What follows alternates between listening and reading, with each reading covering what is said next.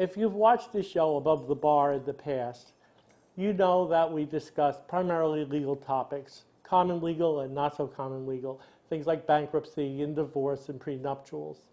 But for today's episode, we wanted to bring you something really special. A few years ago, we had an opportunity to meet with one of boxing's great, Smokin Joe Frazier. Now, unfortunately, Joe left us in 2011, but we have this wonderful interview where he discusses some of his iconic photographs with our own Castle Chalice, who was the host.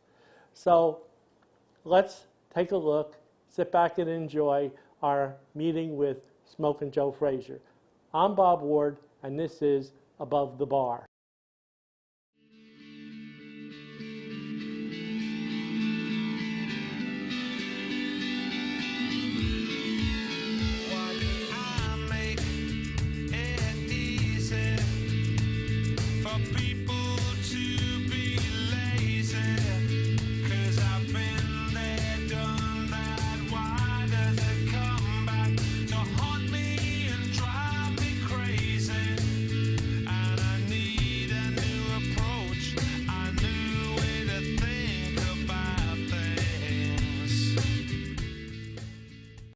We're going to start off with a multimedia piece that was put together with a photo shoot that we did. Rick Gershon put this together for Getty Images. And then we're going to turn it over to Castle, Mr. Joe Frazier, and Al. And they're going to talk about some of these photos or whatever Joe wants to talk about. And I got to say, not only is this guy a tremendous legend, but I had the distinct pleasure of spending some minutes with him in the VIP room prior to this thing getting kicked off. And Joe could not have been nicer and more engaging. We talked boxing, we talked other things, and he gave my son a lot of good life advice. So, thank you, Mr. Joe Frazier. It's a pleasure to have you here. All right, kick off the multimedia, turn it over to these guys. Thank you very much. Hello there, everybody. How are you? Not bad. Look, we're going to have a whole lot of fun today.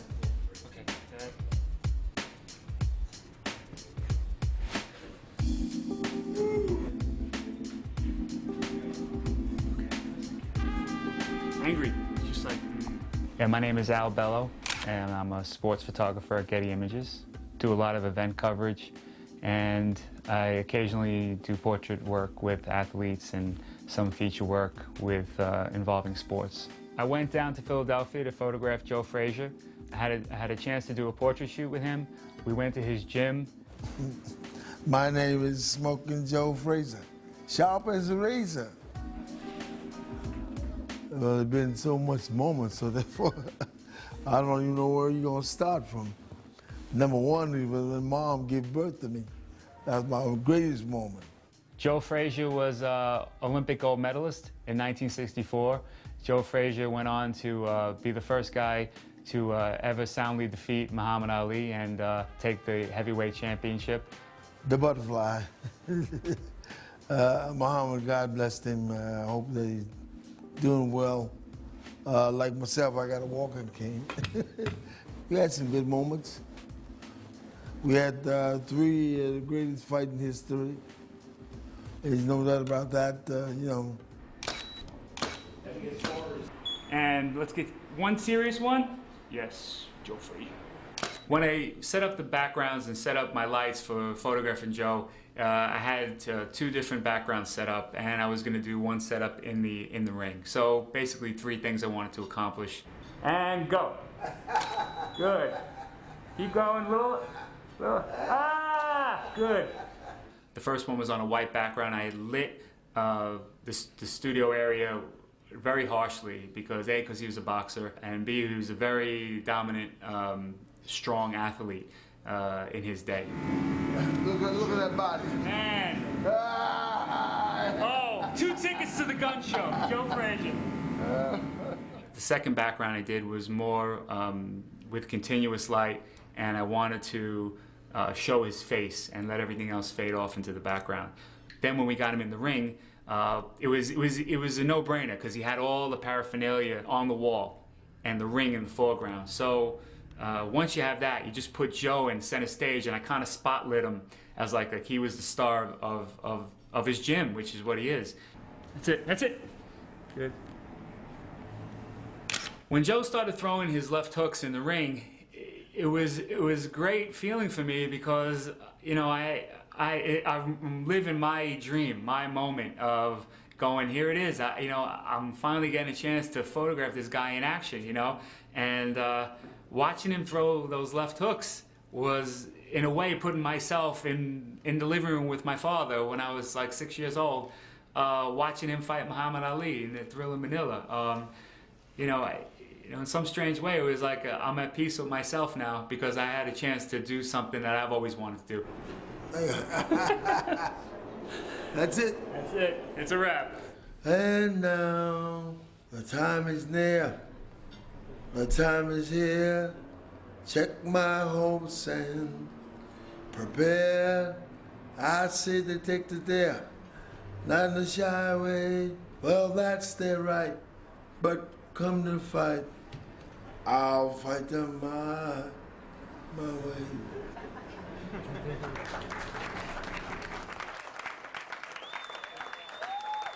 Here we go. Everyone, if we could direct your attention to the various flat screens throughout the room. And Joe, you can see right there's a picture of you and longtime trainer Eddie Futch.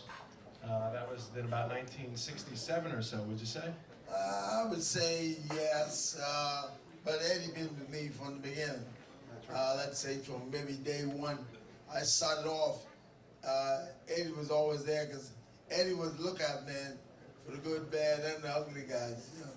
That makes sure we had the right opponent. Well, wasn't it Yank that actually began with you early in the career before Eddie came on? Yank Durham was the first guy, yeah. Of course. Yank passed on. Both of the guys are gone now.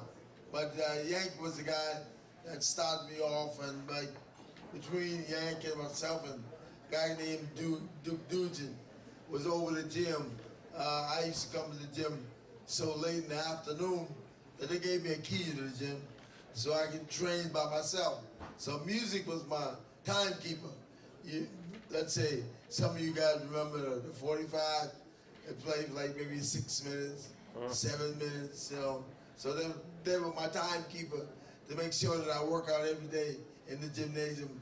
I wasn't there, nobody else to keep my time but the 45s. So therefore I learned and got the music together, and I love it. So I stayed in shape that way. Very good. The next shot we got here is you with full attire on, the Everlast headgear. This was training for just the big fight with Ali in '71. I would say number one, Everlast been there a long time. My beginning of my life, when I first got into the ring and started using the equipment was always Everlast, and then the equipment really was great. And I got me a good discount. Yeah, I bet you did. A lifelong discount, I'm sure. Yes, I did. Here's an interesting shot. This is you training, I believe, that's in Philadelphia, if I'm not mistaken, with your dog Prince. Do I got that right? You wouldn't know way around with that. Yeah, I may not have been around, but I read the book. Yeah, how about that? The dog was mine. I think that was in Commissioner Lake. Is that right? Yeah, I think it was up in Concord Hotel. That's when the dog was there. Maybe I didn't let him stay very long because he was a bad guy. And I didn't think nobody would want to deal with him. They'd rather fight me than Prince. So I just kept on that side. Well, here's an iconic photo, one that George Kalinsky set up. This is down in your gym getting ready for the fight of the century. Another good guy, George Kalinsky. Let's say, I think that was the first fight when the loudmouth come around. He just wanted to be seen, heard, and everything. So we got one part of the gym. I think I was in the gym, he was out of the gym. I wouldn't want to let him in because I'm afraid he might trip and fall. I don't want nothing to happen to him.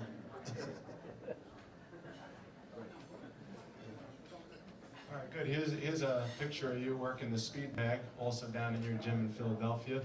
Why don't you tell the fans out here what the speed bag does for training purposes? I would say number one, the speed bag is the timekeeper. And I can hit the left hand just as good as I hit with my right hand. But I didn't fire my right hand because I had a missile in the left hand. That was a show thing. I know that if I rolled, I'll be able to take it apart. All right, good stuff. And here's a picture. I don't even know where to begin with this one, Joe. Those are some fancy duds you got on right there. That was out in the Leicester ballroom out in London. Oh man, Remember that modeling shoot, Joe? that was a little showpiece there, man. You know what I mean?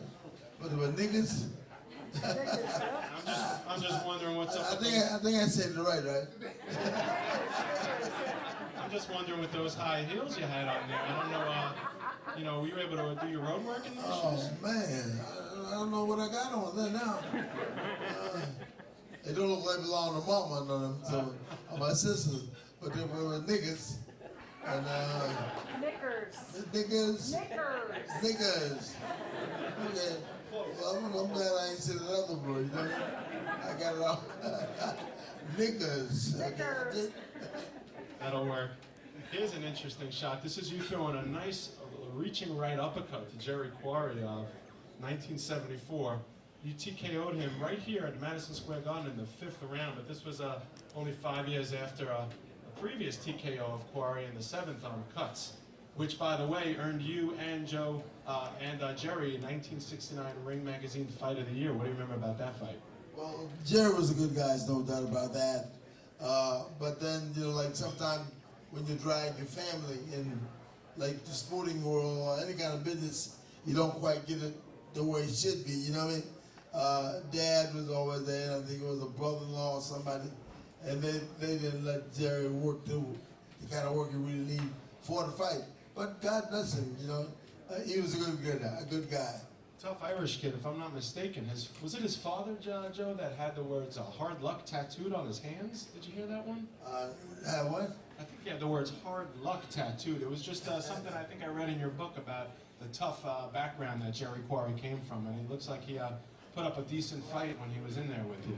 I think Dad was a tough guy, you understand, but there's sometimes when you bring your family in a sporting world like boxing, everybody's heart start bleeding for you. You know what I mean? But therefore, like Dad and Mom, you don't want them in the fight game with you because they're going to feel something that you probably never felt, you know what I mean? So it kept him away for a while. But he was a good guy. Stuff, and here's the iconic image right there. You and Ali. Ali's going down. This is the... Oh, he fallen.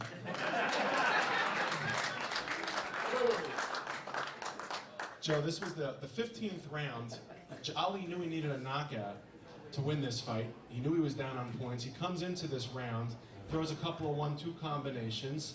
You throw a left hand to his forearm, a feeler, to try and figure out where he's going, and then the lunging left hook, the one that stopped time. I want to tell you guys something. Say everybody here. I think he was afraid of me. I really do think that he was afraid of me. He goes, Joe Frazier, I'm the greatest. I'm the greatest. I'm gonna whip you. I said, take it easy, man. I thought you were gonna have a heart attack before the fight. I said, ease up, man. Take it easy. We got a couple more days for the fight. So the main thing about it, he just was a tough guy. You know what I mean? But it could have been better. I think he's a swell guy. Like to put him through all those other guys that he went through over the years, but he never stopped to give them things. Because if these guys had backed out, I don't think that he would ever get a license. I helped him. I went to the president at the White House and told him, give him a license. Well, Joe, you think you can beat him? I said, Mr. President, I got it in my back pocket. Don't worry about it. Give him a license. I'm gonna dust him off. So really, that's the way it was. Because he was a great guy, let's say, publicity-wise. But when it comes to me, he was nervous. Look, man, don't get nervous. The fight got a couple weeks away. Take it easy. He called me and then, Joe Frazier, I'm pretty, okay, pretty. We're gonna see what happened in the bell ring, okay? Gonna see how pretty you gonna be. So the thing about that, when he was there, he talks in circle. But God bless him now. Well, Joe, the story I believe it was the 4th round when he says to you while you guys were boxing, he says, "Don't you know I'm God?" You remember what you responded? 4th round, Muhammad Ali says to Joe, "Don't you know I'm God?" Tell him what you said to that, Joe. He said, Joe Frazier, what's your name, God? I said, well, God, you're in the wrong place tonight. I'm taking name and kicking butts. God bless him, man. All right, Joe, this is an interesting shot. This is also done with George Kalinsky. Remember the background of this story with the water beating down off your face? Oh, yeah, well, let's see. George is a great guy. And like, look at that bead over there. This guy must have been, the day he was born, he probably shooting that camera. To be that good, look at that thing, he beating up out of the picture, you know what I mean? Well, I don't want to embarrass you. A great Joe. guy. I don't want to embarrass you, but there's a little more to the backstory that George was kind enough to share with me. And apparently this came on the heels of Playgirl magazine wanting to do a centerfold with you. Do you remember that? Apparently Playgirl wanted to do a centerfold, and you weren't too keen on the idea of appearing naked in a magazine. However, you did want to know what you looked like naked. I ain't got no recollection. So George was kind enough to go into the shower with you and take that somewhat candid shot. That was like more a private thing, you know what I mean? Me and George looking at, not the public, you know what I mean? Don't I have no trouble? But we can move on to the next photo from that.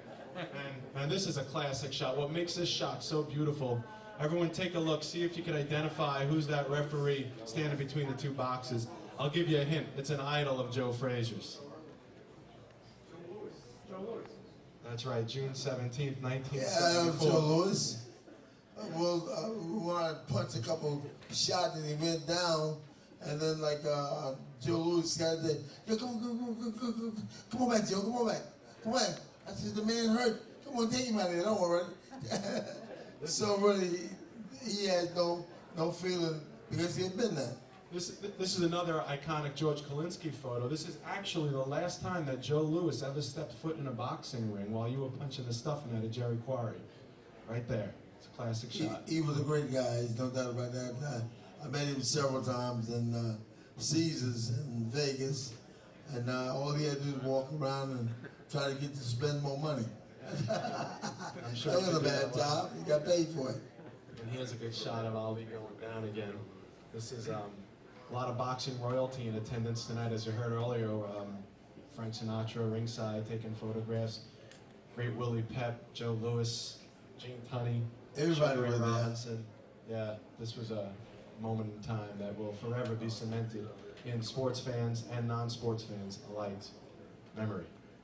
He didn't. I don't really think that he had a lot of punches, but the shots that I've been hitting him with, man, I've seen buildings come down. I was going to say, I mean, I've been knocking side of buildings down with the stuff I throw on him, and I can't figure out what he come on. I went back to the corner. I said, "Yank," I said, "What's wrong with this man?" I said, "I'm hitting him with everything I got him." He said, "All right, listen to that shit." So goddamn it, so go right back where you left off from. He'll fall after a while, and he was right because his body is not as tough as a body like George and I. You got like Larry, Norton, and Muhammad. Those guys are middleweights when they start out. George and I was full-flush heavyweight from the beginning. So we can take a heavy sledgehammer than they can because they got a bigger body. and in Yank's famous words, take the body and the head will die, right? Come right on down. Good stuff. Here's a good shot, nose to nose. This is one of the first times that boxers began doing this sort of pose, the nose to nose showdown. And there you are with Muhammad, trying to psych each other out, perhaps. Both of us look like we had got a little in us. Now, why don't you tell us all what's that, Jeff? You know what that is? No, why don't you tell us? That's white. I got it. He's light bright, almost white. Heard that one. My grandmother on that other side, so they were, ain't too much different, Just look at the ear, you know what I mean? It's all shades anyway, Joe. Yeah, well, no problem. There's a good one right there. Oh my goodness. And was that a sincere kiss you were trying to I don't know. I said, was that a sincere kiss you were trying to plant on his cheek there, or is that just a promotional piece? No, I was was trying to whisper in his ear. What were you trying to whisper? Do you remember? I asked him, you want that thing to happen to you again? And I could see from the look on his face that's exactly what you asked him. You better clean your act up, boy. I don't want you back in your butt again, okay? And this one I definitely want to hand over to Al, because this is Al's picture right here, and Al, I know, has a few words to say about how he set this up. I'm going to pass the mic to Al. Well, Joe, I mean, as I followed you through your career, I always just noticed you always had your game face on, and I've always wanted, if I ever had the chance to photograph you, that I would want you to put your game face on. And we were laughing and having a good time during the shoot, and all of a sudden, I just I said, don't recognize that guy, Al. that's you. And I just said, Joe, put on your game face. And Look, one of my sisters. you're getting ready to fight. You can still do it, I think. I try to stay in shape the best way I can. Yeah. And I think that all our guys over maybe 225 or what like that, we need to get in the gym, stay in the gym, keep the body fit, because number one, the heart not gonna take that smother and that fat. Trust me. And in order to live the number that the good man above promises, 3 scores and 10, I think that's about 75. 75. So that's what, if you want to get that, I'm over that already. No, you're not. Are you? I'm 65, man. 65. Right. I'm right around the corner. 65. Well, I think that was the last photo, and Joe, thanks for sitting down with us. Really appreciate it. Let's hear it for Castle, Al, and Mr. Joe Frazier, the Smokin' Joe. Smokin' Joe, the heavyweight champion of the world.